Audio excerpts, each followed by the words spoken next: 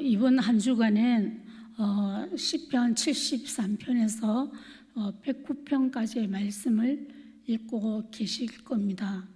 그 가운데 오늘 본문인 시편 95편은 예배로 시작하여 순종으로 나아가는 시편입니다. 시편 기자는 우리를 하나님께 경배하도록 초청할 뿐 아니라 하나님의 음성을 듣고 마음을 열어 믿음으로 반응하라고 권면하고 있습니다. 말씀을 나누기 전에 우리 아이들이 알려주는 예배 에티켓 동영상을 한번 함께 보겠습니다. 안 돼! 물 이외에 음료수는 절대로 안 돼요. 소리가 안 나오네요. 예배 시간에는 절대로 떠들지 않아요. 예배에 집중해요. 졸지도 않아요. 졸면 안 돼요.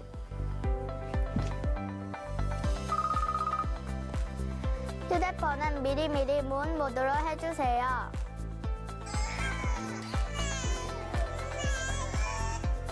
혹시 예배 중에 아기가 온다면 예배에 방해되지 않게 밖으로 데리고 나가주세요.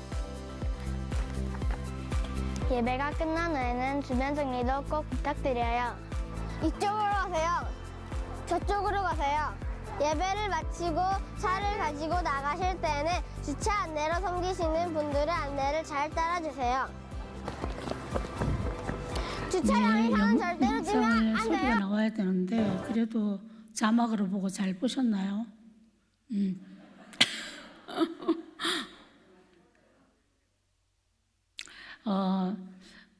영상을 제대로 보지 못했지만 이 영상을 소리가 나오면 아기도 울고 좀 웃기는 장면이 있는데 조금 웃기는 장면도 있지만 이게 한편으로는 우리 자신의 모습일 수도 있겠다는 생각이 듭니다. 사실 예배 에티켓은 단순히 예어의 문제가 아닙니다. 그것은 예배를 드리는 태도의 문제이며 그 뒤에 있는 마음 상태의 문제입니다. 결국은 우리가 하나님의 말씀을 어떻게 듣고 있는가의 문제인 것 같습니다. 어떤 교회에 한 중직자가 이런 이야기를 했습니다. 나는 평신도로서 목사님의 설교를 듣고 싶으면 들었고 피곤하면 눈을 감았다. 설교가 몸이 건조하면 다른 성도들과 비판했고 재미있는 예화가 나오면 다시 집중했다. 그런데 솔직히 생각해보면 우리 안에도 이런 비슷한 모습이 있다고 생각합니다. 졸다가도 아멘 소리에 깨어나는 경우도 있고 또 예화가 나오면 갑자기 청종하게 되고 축도 전에 가방부터 챙기고 또 설교를 은혜로 듣기보다는 평가하듯이 들을 때가 많습니다.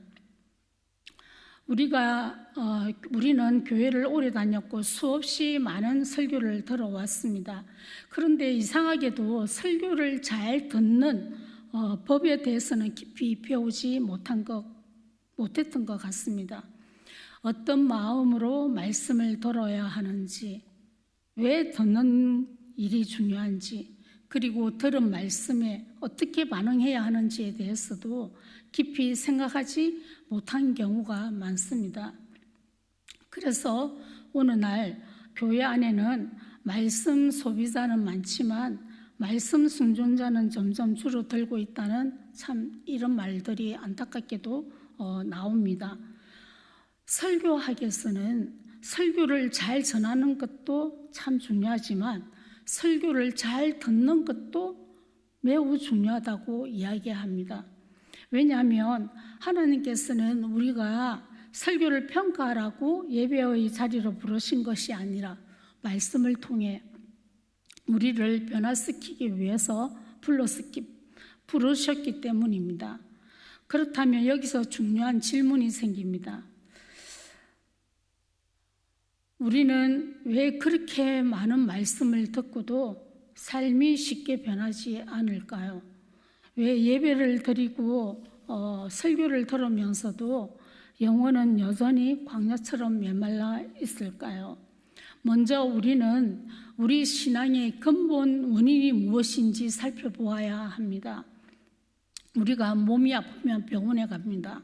그런데 병원에 가면 의사는 곧바로 약부터 처방하지 않습니다. 먼저 정확한 원인이 무엇인지 진단을 하게 됩니다. 왜냐하면 진단이 틀리면 처방도 틀리기 때문입니다. 오늘 우리의 신앙도 마찬가지입니다. 우리는 수없이 많은 설교를 들었고 성경 공부도 했으며 또 예배도 드려왔습니다. 그런데 왜 우리는 여전히 두려움과 염려 속에 살아가고 있습니까? 왜 예배를 드리고도 삶은 쉽게 변하지 않습니까? 왜 영혼은 여전히 광야처럼 메말라 있을까요? 바로 오늘 시편 95편은 이러한 영적 문제에 대한 하나님의 진단이 나옵니다. 그 말씀이 본문 7절과 8절 말씀입니다. 우리 같이 한번 읽어보겠습니다.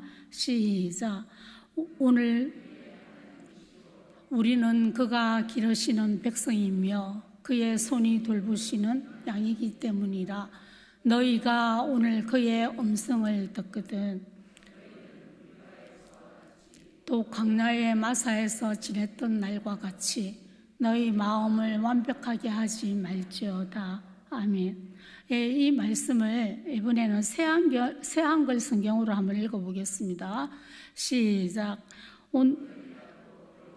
목소리를 여러분이 듣는다면 너희의 마음을 닫지 마라. 아멘. 여기에서 완고한 마음이란 하나님께 마음을 닫아버린 상태를 말을 합니다. 어쩌면 우리의 문제도 설교가 부족한 것이 아닙니다.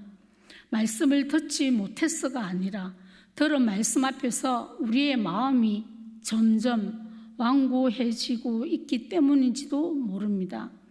하나님께서 문제라고 말씀하신 이스라엘 백성들은 하나님의 음성을 듣지 못한 사람들이 아니었습니다.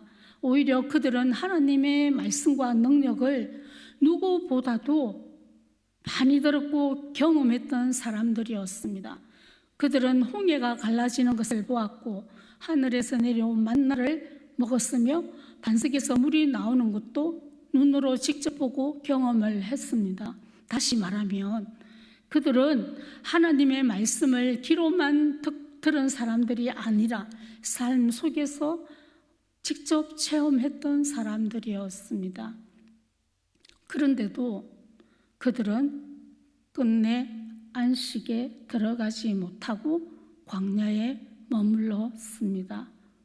왜 그렇습니까? 시편 기자는 이렇게 말합니다. 그 이유를 그들의 마음이 하나님 앞에서 완고해졌기 때문이라고 말씀합니다. 그들은 말씀을 들었지만 믿음으로 받지 않았고 경험은 했지만 순종으로 나아가지 않았습니다. 결국 광야 세대의 문제는 말씀 부족이 아니라 완고한 마음이었습니다. 그리고 이것은 오늘 우리에게도 동일한 질문을 던지고 있습니다.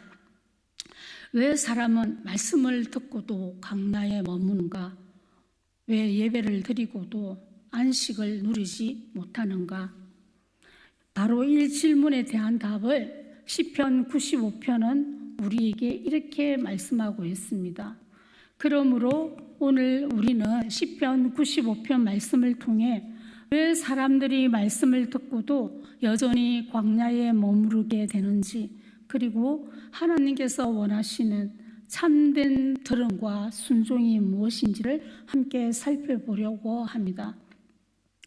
특별히 히브리서 기자도 이 시편의 말씀을 반복해서 인용하면서 광야 세대의 실패가 단지 과거의 이야기가 아니라 오늘 우리에게 주시는 경고라고 말씀을 하고 있습니다. 그러므로 오늘 우리 이 말씀을 통해 저와 여러분의 마음을 하나님 앞에 함께 비추어 보기를 원합니다. 먼저 하나님께서는 왜 우리의 마음이 하나님의 말씀에 귀를 기울이기를 원하고 계실까요? 그 이유가 하나님께서 우리와 아무 관계없는 분이 아니라 언약으로 우리를 자신의 백성 삼으신 하나님이시기 때문입니다. 본문 7절에서는 하나님을 우리의 하나님이라고 부르고 우리를 그의 백성이며 그의 양이라고 말씀하고 있습니다. 그래서 하나님께서는 단순히 우리가 예배 자리에 나와 있는지만 보시는 것이 아니라 말씀 앞에서 우리의 마음이 어떻게 반응하는지를 보시는 겁니다. 왜냐하면 언약은 단순한 계약이 아니라 살아있는 관계이기 때문입니다. 하나님께서는 우리의 삶을 돌보고 계십니다. 그리고 그 말씀에 우리가 믿음으로 반응하기를 원하시는 겁니다. 그래서 시편 기자는 이 경고의 말씀을 하기 전에 먼저 하나님과 백성의 관계를 선포하는 것입니다. 본문 6절에서 7절 말씀입니다. 우리 함께 읽어보겠습니다. 시작. 오라 우리가 굽혀 경배하며 우리를 지으신 여호와 앞에 무릎을 꿇자. 그는 우리의 하나님이시요 우리는 그가 기르시는 백성이며 그의 손이 돌보시는 양이기 때문이라. 아멘. 시편 기자는 먼저 우리가 하나님께 예배해야 하는 그 이유가 하나님께서는 우리의 하나님이시고 우리는 그의 백성이며 그의 손이 돌보시는 양이기 때문이라는 것입니다. 다시 말해 순종과 예배는 하나님과의 관계를 얻기 위한 조건이 아니라 이미 주어진 언약의 관계에 대한 믿음의 응답이라는 것입니다. 그렇다면 이 언약의 관계는 어떻게 시작되었던 것일까요? 성경은 인간이 먼저 하나님을 찾아가 이 관계를 시작했다고 말하고 있지 않습니다. 오히려 하나님께서 먼저 찾아오시고 먼저 구원하시며 먼저 자기 백성으로 삼으셨다고 말씀합니다. 이스라엘의 역사가 바로 그것을 보였습니다. 이스라엘은 스스로 하나님을 찾아 나선 민족이 아니었습니다. 하나님께서 그들을 애굽의 종살이에서 건져내시고 자신의 백성으로 불러주셨습니다. 출애굽기 19장 4절에서는 하나님께서 이렇게 말씀하십니다. 이스라엘을 구원하신 후에 내가 애굽 사람에게 어떻게 행하였는지 내가 어떻게 독수리 날개로 너희를 업어 내게로 인도하였는지 너희가 보았다라고 말씀하십니다. 이 말씀은 매우 중요합니다. 하나님께서는 먼저 이스라엘을 구원하셨습니다. 그리고 그들을 자신의 백성으로 삼으신 후에 율법을 주신 것입니다. 다시 말하면 율법 이전에 구원이 있었고 순종 이전에 은혜가 있었으며 명령 이전에 관계가 있었다는 것입니다. 이것이 바로 성경이 말하는 언약입니다. 하나님께서는 순종하는 사람을 백성으로 삼은 것이 아니라 먼저 백성으로 삼으시고 그 백성이 순종하며 살아가도록 부르셨다는 것입니다. 그러므로 순종은 하나님의 사랑을 얻기 위한 조건이 아니라 이미 받은 은혜에 대한 믿음의 응답인 것입니다. 그런데 여기서 우리는 하나님께서 순종을 요구하시는 그 이유를 생각을 해보아야 합니다. 왜 하나님께서는 자신의 백성들에게 순종을 요구하고 계시는 것일까요? 왜 하나님의 말씀을 귀를 기울이고 그 말씀을 따라 살아가기를 원하시는 것일까요? 하나님께서 원하시는 것은 단순히 명령을 지키는 것이 아니라 하나님과의 바른 관계 안에서 살아가는 삶을 원하는 것입니다. 그리고 바로 여기서 성경이 말하는 공의와 정의의 의미를 이해할 수 있습니다. 많은 사람들은 이 공의를 법을 잘 지키는 것이라고 생각합니다. 그런데 성경의 공의는 단순한 법적 개념이 아닙니다. 성경에서 공의란 하나님과 바른 관계 안에 서 있는 상태를 말합니다. 미가 선지자는 이렇게 말합니다. 우리 함께 읽어보겠습니다. 시작.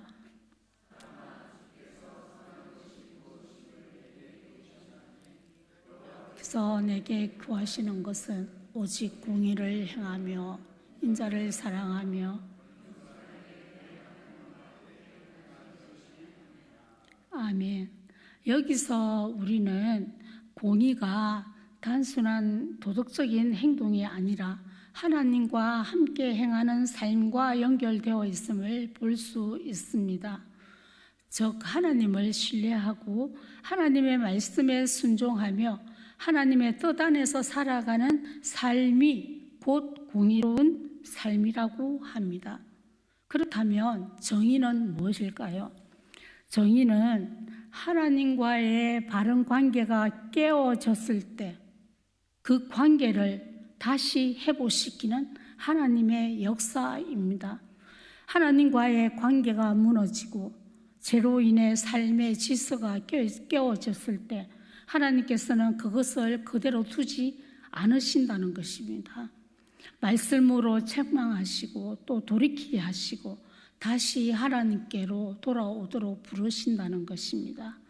그리고 깨어진 그 관계를 회복시켜 하나님과 다시 동행하게 하시는 것입니다. 이것이 성경에서 말하는 정의입니다.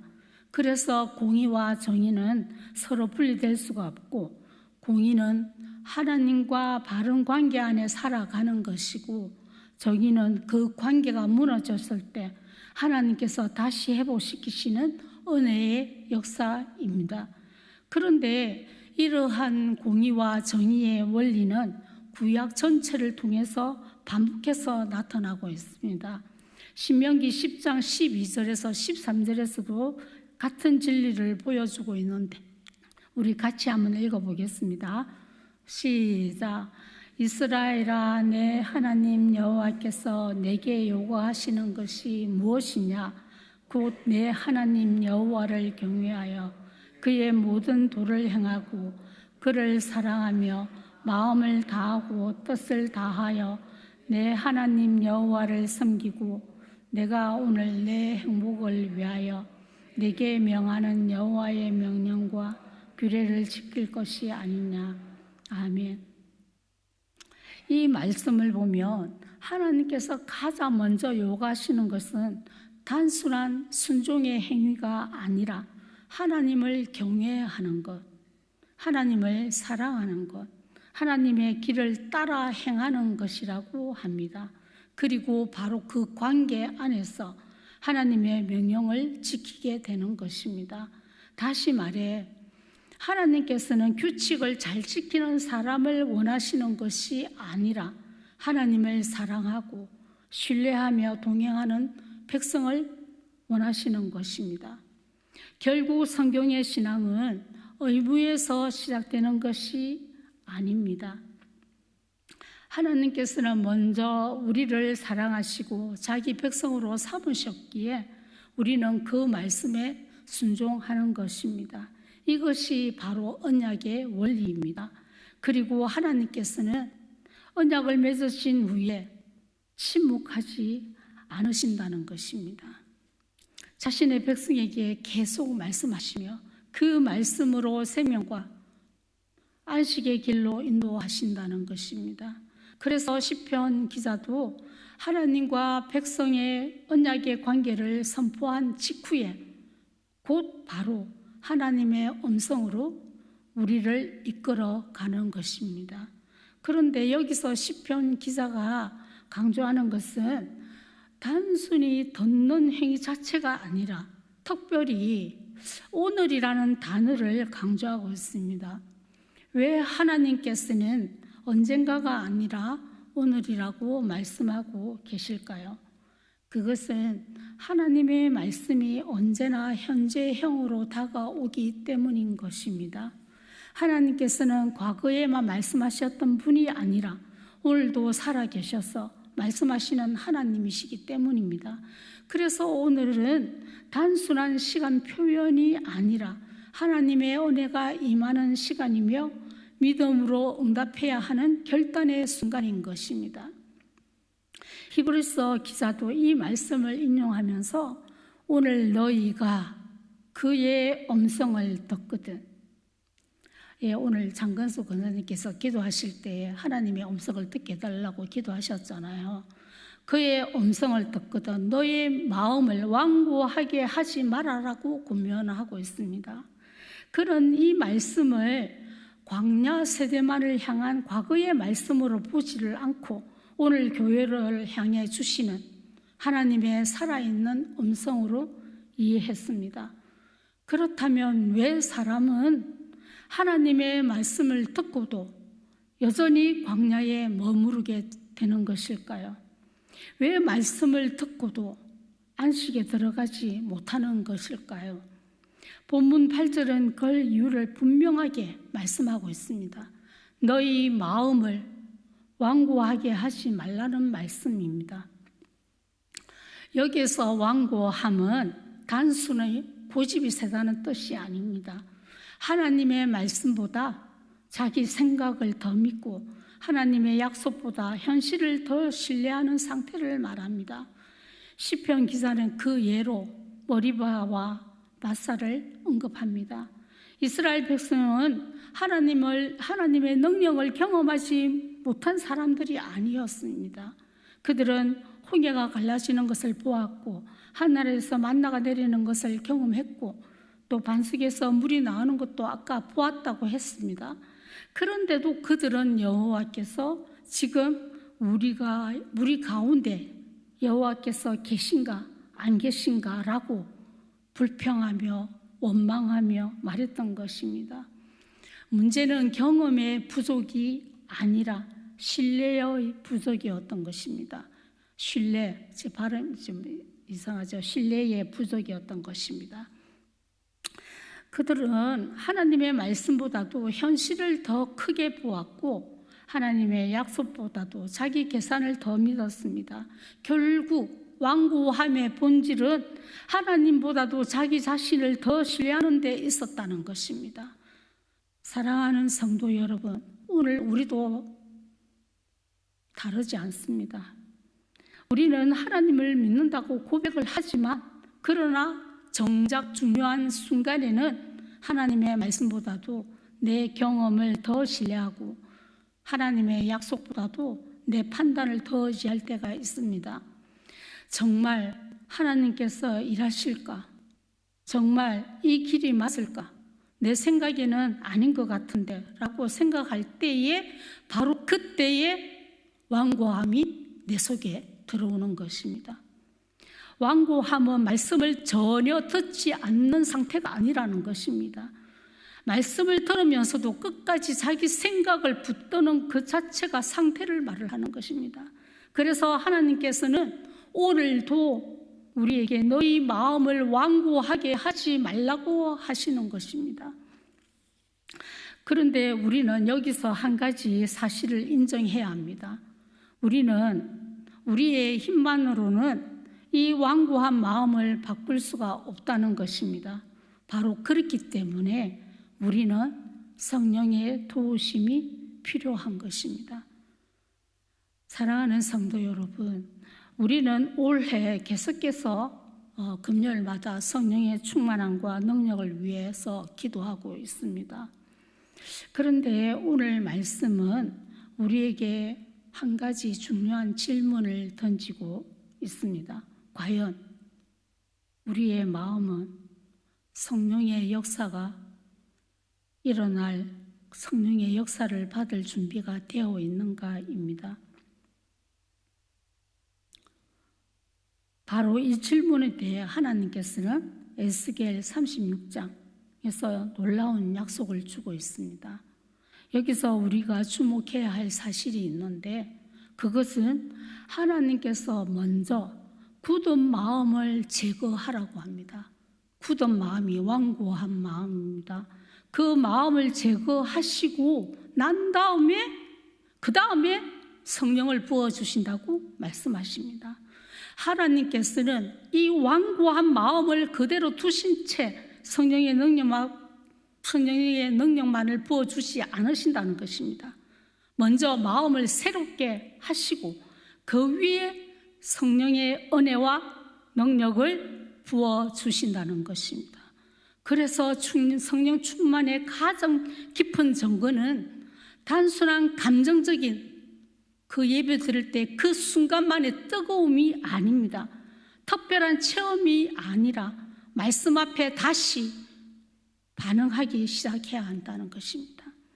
회개가 살아나고 순종이 살아나고 하나님 음성 앞에서 머물러야 마음이 움직인다는 것입니다. 그러므로 오늘 우리의 기도는 단지 주님 능력을 주옵소서라고 그렇게 기도가 끝나서는 안 된다는 것입니다. 오히려 먼저 이렇게 기도해야 하는 것입니다. 주님, 내 완고한 마음을 깨뜨려 주시옵소서. 굳어진 이 심령을 부드럽게 만들어 주시옵소서 라고 다시 하나님 앞에 말씀 앞에 떨게 해달라고 기도해야 하는 겁니다.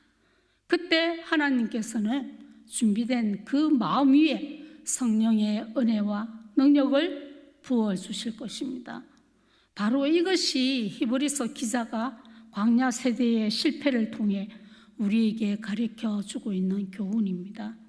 히브리서 4장 2절은 이렇게 말씀하고 있습니다. 들은 바 말씀이 그들에게 유익하지 못한 것은 듣는 자가 믿음과 결부시키지 아니함이라고 말씀합니다. 결국 광야 세대의 문제는 말씀의 부족이 아니라 믿음의 부족이었다는 것입니다. 그들은 많은 말씀을 들었고 하나님의 능력도 경험을 했지만 그 말씀을 믿음으로 받지 않았다는 것입니다. 그래서 성경에서 말하는 듣는다는 것은 들음은 단순히 소리를 듣는 것이 아니라 하나님의 말씀을 믿음으로 받고 삶으로 응답한다는 것입니다. 예수님께서도 말씀하셨습니다. 들을 귀 있는 자는 들으라. 이 말씀은 마음으로 받고 믿음으로 응답하라는 뜻입니다. 그러므로 참된 들음은 지식에서 끝나지 않고 반드시 믿음과 순종으로 이어진다는 말씀입니다. 그래서 우리는 예배가 끝난 후에 오늘 설교가 어땠는가? 오늘 김명희 목사 설교가 좀 별로 안 좋던데 이런 말씀하시면 안 됩니다. 조금 길었다. 야가 재밌었다. 이런 말을 하기보다는 하나님께서 오늘 내게 무엇을 말씀하셨는가를 나의 자신에게 물어야 하는 것입니다. 그리고 순종은 거창한 일에서 시작되지 않습니다. 오늘 하나님께서 말씀하신 한 가지의 믿음으로 반응하는 것에서 시작된다는 것입니다. 용서하라고 말씀하시면 용서하기가 정말 어려워도 용서하려고 하고 노력해야 되겠죠. 기도하라고 말씀하시면 기도의 자리에 나아가야 하며 염려를 맡기라고 말씀하시며 하나님께 맡기기 위해 애를 써야 하는 것입니다. 하나님께서는 큰 결단만 기다리시는 분이 아니라 오늘 말씀 앞에 보이는 작은 순종을 기뻐하시는 것입니다. 결국 안식은 먼 곳에 있는 것이 아니라 오늘 들은 말씀에 믿음으로 응답하는 사람들에게 주시는 선물인 것입니다. 그래서 히브리서 기자는 광야 세대의 실패를 과거의 역사로만 남겨두지 않고 오늘 우리에게 주시는 경고로 해석합니다. 뿐만 아니라 오늘 시편 95편에서도 같은 선택을 요구하고 있습니다. 광야에 머물 것인가? 안식으로 들어갈 것인가? 그 갈림길은 멀리 있지 않습니다. 하나님의 말씀 앞에 우리가 어떻게 반응하느냐에 달려 있는 것입니다.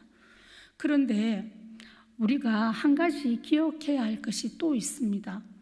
하나님께서 광야 세대를 책망하신 목적은 단순히 그들의 불순종을 정죄하기 위함이 아니었습니다.